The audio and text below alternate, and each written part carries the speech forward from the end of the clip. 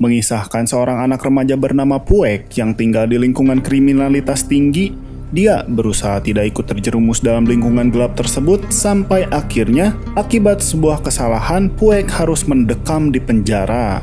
Dan disinilah dia harus rela diperlakukan tidak manusiawi demi sang ibu yang menunggunya di luar sana. Selamat datang di Sinema Kilat dan ini dia alur cerita film In Youth We Trust. Berlatar di negara Thailand, cerita diawali dengan memperkenalkan seorang anak kecil bernama Puek. Dia terlihat sedang berdiri di depan teman-teman sekelasnya dan dia pun menceritakan tentang kehidupan keluarganya yang hanya hidup berdua bersama sang ibu yang bekerja sebagai pengedar narkoboy. Meski sang ibu memiliki profesi yang sangat buruk, tetapi cara ia memperlakukan putranya ternyata sangat-sangat bertanggung jawab terhadap kewajibannya. Dan dia pun memberikan pendidikan yang layak meski mereka hidup di lingkungan yang cukup gelap. Singkat cerita, inilah si Puek 10 tahun kemudian. Dia menjadi seorang pemuda sebatang kara yang harus bertahan hidup sendirian setelah sang ibu dipenjara gara-gara dicepuin oleh tetangganya. Hidup di lingkungan yang buruk, Puek harus kuat mental dan dia mengacuhkan berbagai gangguan dan godaan demi untuk mengejar cita-citanya memberikan hidup yang lebih baik untuk dia dan ibunya kelak. Sebelum pergi ke sekolah, Puek pun mampir ke warung Mang Jaja untuk sekedar jajan ciki panser.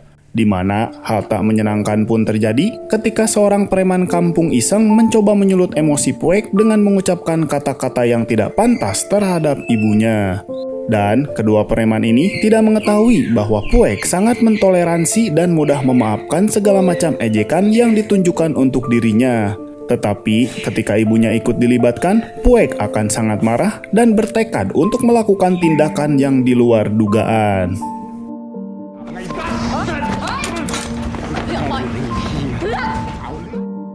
Beruntung, ada sahabat Puek sejak masih kecil yang selalu perhatian dan selalu mengingatkan Puek agar tetap eling dan tetap fokus pada tujuan hidupnya. Namun, si tangkurak preman 2 itu pun malah semakin menjadi-jadi dengan mengatakan hal-hal yang lebih parah terhadap sosok ibunya sehingga inilah yang Puek lakukan.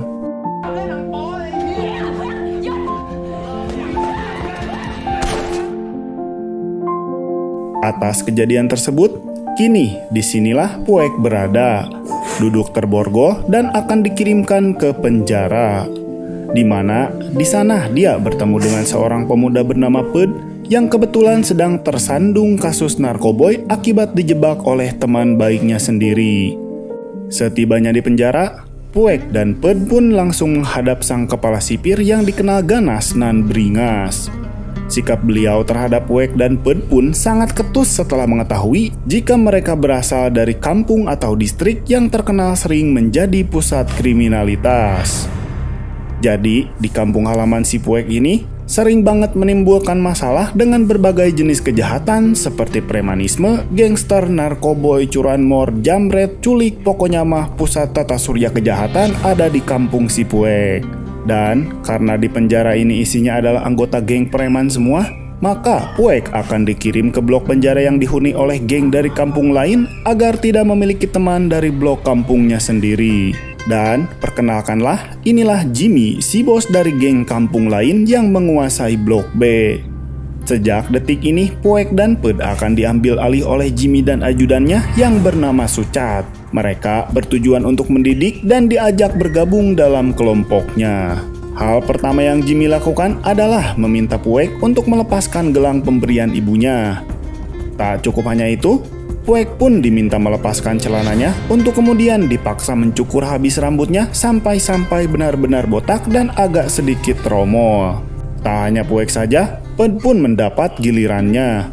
Karena pada dasarnya Ped adalah orang yang mohon maaf sedikit kemayu, namun dia tak melakukan kesalahan apapun dan tak heran dia pun sampai menangis terseduh-seduh ketika Sucat memotong habis rambut kesayangannya. Singkat cerita, malam pun tiba. Di penjara blok B dengan semua napi yang disatukan dalam satu ruangan sel yang luas, ketika Puek dan Ped sedang tertidur lelap, mereka tiba-tiba dibangunkan oleh Sucat yang ditugaskan Jimmy untuk memanggil mereka berdua ke hadapannya. Yang karena Pud terlalu lemah untuk menolak, ia pun mau-mau saja ketika dipaksa menghadap Jimmy untuk melakukan sesuatu.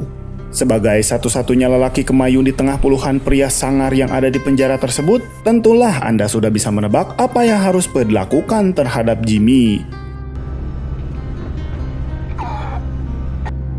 Sementara itu, si Puek karena ia membangkang dan menolak perintah Jimmy, Puek pun dihajar ramai-ramai oleh semua napi dan inilah yang terjadi. Keesokan paginya, saat jam sarapan, kita akan diperkenalkan kepada para napi dari Blok A yang kebanyakan berasal dari kampung atau distrik si Puek. Di sana, ada Gus sang ketua geng dan si Nadi sang wakil ketua. Dan tak lama muncullah si Puek yang kondisinya sudah babak belur. Karena ia datang terlambat, nasi di sana pun sudah habis dan hanya tinggal sisa kerak. Begitupun dengan lauknya, hanya tersisa secuil saja. Meski begitu, Puek tetap menerimanya demi untuk menjaga tenaga dan energi untuk tubuhnya. Dan sungguh betapa mirisnya nasib si Puek yang sudah babak belur dan cuma bawa nasi kerak dan lauk yang tinggal kuahnya saja. Kini ia harus menghadapi perlakuan tak menyenangkan dari si Sucat yang dengan sengaja menendang jatuh makanannya. Dan tebak apa yang akan Puek lakukan?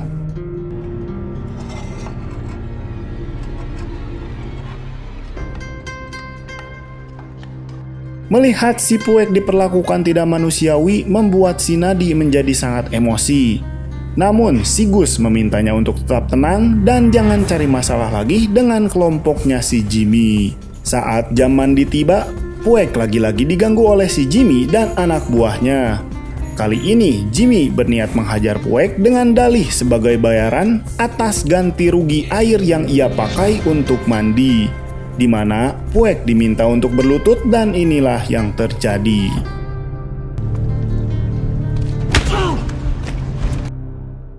Karena si Puek masih bisa bangkit, Jimmy pun menarik Pud untuk menggantikannya memberikan tendangan. Yang karena seumur-umur si Pud ini belum pernah melakukan kekerasan, maka seperti inilah bentuk tendangannya. Karena tendangannya dianggap lembek, Jimmy pun terus mendesak Pud untuk sungguh-sungguh mengeluarkan tendangannya. Puek di sana benar-benar tangguh ketika ia bangkit lagi dan berlutut pada posisi semula. Melihat hal itu, Sucat pun menjadi kesal sembari membawa-bawa ibu Puek dalam hal ini. Ketika Puek masih pingsan di tempat mandi, semua napi pun berbaris di lapangan dengan kepala sipir menegur si Jimmy terkait Pud yang terlambat ikut dalam barisan tersebut. Sehingga ketika si Pud muncul, Jimmy pun langsung menyiksanya. Tak lama muncullah si Puek yang sudah siuman dan mencoba menghentikan perbuatan Jimmy kepada si Pud. Yang karena situasi sudah mulai kacau, si Nadi pun yang tidak tahan dengan kejadian tersebut berinisiatif untuk turun tangan dan berhasil menghentikan ketegangan. Melihat wakilnya terpojok, si Gus bos dari Blok A akhirnya maju dan meminta Jimmy untuk menghentikan aksi sok kerennya. Dan supaya situasinya adil, Jimmy pun memberikan Gus kesempatan untuk membawa salah satu dari antara Puek dan Pud untuk dibawa ke bloknya. Dan pada akhirnya, Gus pun mengambil si Puek yang dianggap mempunyai potensi. Tak seperti kelompoknya si Jimmy, si Gus dan anak buahnya masih bersikap manusiawi dengan tidak pernah melakukan kekerasan terhadap siapapun. Hari demi hari sejak kepindahannya ke kelompok si Agus, si Puek pun bisa hidup tenang tanpa mendapat siksaan seperti sebelumnya. Bahkan, ia sangat diterima di kelompok tersebut dan sudah hampir dikenal oleh semua orang. Berbanding terbalik dengan nasib yang dialami si Pud dan ia benar-benar tersiksa dengan harus menjadi bulan-bulanan si Jimmy dan anak buahnya. Layaknya seorang budak, Pud pun harus mencuci semua baju narapidana dan diperlakukan tidak manusiawi oleh mereka semua. Suatu hari, Gus pun dikunjungi oleh ayahnya yang sangat prihatin dengan nasib putranya yang sudah 2 tahun mendekam di penjara. Si ayah rupanya hanya ingin memberitahu tentang sebuah rencana masa depan ketika nanti Gus akan keluar dari penjara. Si ayah ingin si Gus pindah dari kampungnya dan bekerja dengan baik di tempat bibi mereka yang ada di luar kota. Di saat bersamaan, Nadi ternyata sedang diserang oleh si Jimmy dan 3 anak buahnya. Di mana Puek yang kebetulan melihat hal itu pun langsung datang membantu. Tak lama para sipir pun datang dan langsung menyuruh mereka untuk tiarap. Di mana si Gus yang baru saja kelar dikunjungi pun langsung ikutan tiarap. Dan dengan fakta bahwa Jimmy masih penasaran dengan kelompoknya, maka mereka setuju untuk melakukan peperangan yang kemudian menentukan jam dan hari mereka akan melaksanakannya. Malamnya di Blok B, Jimmy dan Sucat lagi-lagi melakukan perbuatan bejat dengan memaksa Siped untuk melayani semua orang yang ada di sana. Setelah babak belur dan tak berdaya, Jimmy dan anak buah kemudian menyiapkan sebuah rencana jahat untuk meracuni si Gus. Dia menggunakan pisau cutter yang telah ditumbuk menjadi serpihan-serpihan kecil dan bermaksud untuk membunuh si Gus dan anak buahnya dengan cara yang curang. Keesokannya, saat jam sarapan, Jimmy dan Sucat pun terus mengamati dari kejauhan untuk mengetahui siapa yang akan memakan makanan yang sudah ditaburi dengan serpihan pisau yang ketika Nadi akan memakan semuanya, Ped pun tiba-tiba muncul dan inilah yang terjadi.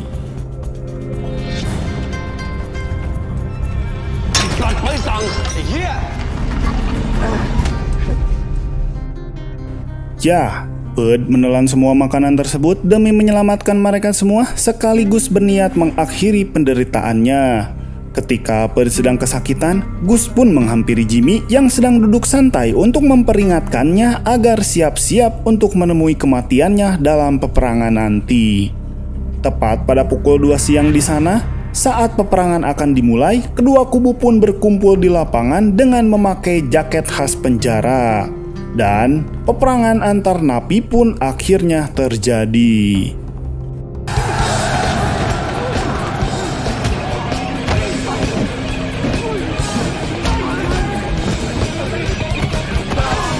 Saat semua orang sedang sibuk bertarung, Jimmy pun mengambil benda tajam yang sudah ia siapkan dan Jimmy hanya berfokus kepada si Agus yang menjadi musuh bebuyutannya. Dan dia langsung memberikan beberapa tikaman tepat di arah perutnya.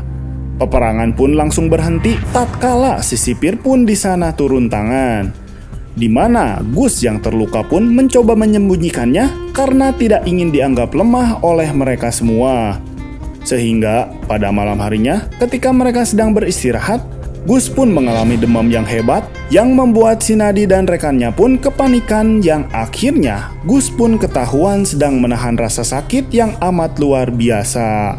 Sempat mencoba berteriak memanggil sipir, para petugas nampaknya tidak peduli pada apa yang sudah terjadi kepada napi. Sehingga tak ada yang bisa Puek dan Nadi lakukan kecuali menemani Gus sampai menghembuskan napas terakhirnya. Keesokan paginya, ayah Gus pun datang setelah menerima kabar kematian putranya. Ia sangat marah besar kepada bapak kepala sipir yang hanya bisa tertunduk malu. Di saat yang sama, Puek dan si Nadi pun mendatangi kelompok Jimmy tanpa ditemani oleh para anak buahnya. Atas kematian dua sahabatnya yaitu Ped dan Gus, Puek akhirnya ingin melakukan duel 1 lawan 1 secara gentle dan Jimmy pun menerima tantangan tersebut. Berlokasi di toilet umum penjara pun, Puek dan Jimmy akan melakukan duel 1 lawan 1 dengan Sucat, di mana para anak buah kini akan menjadi penonton dan dengan bermodalkan 1 senjata tajam, mereka akan bertarung sampai mati dan inilah yang terjadi.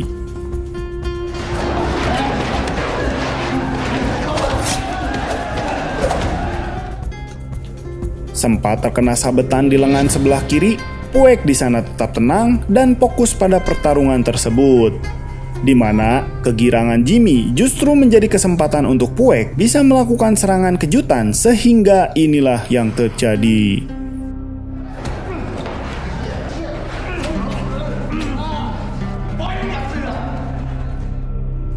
Jimmy akhirnya tidak berdaya setelah Puek berhasil menikamnya.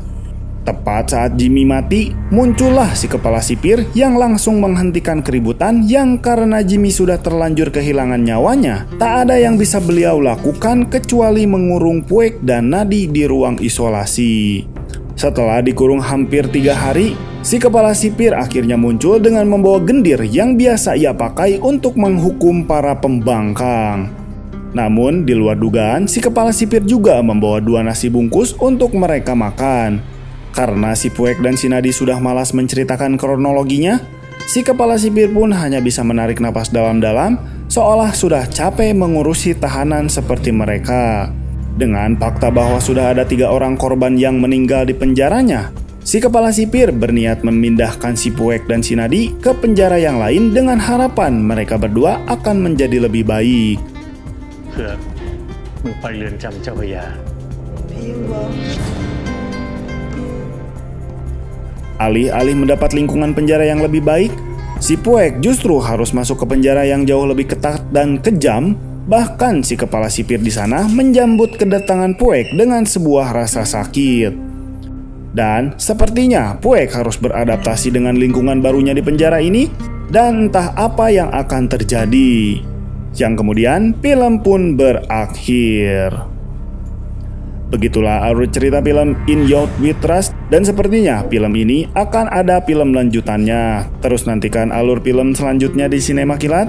Akhir kata, selamat pagi, siang, sore, malam, dan sampai jumpa.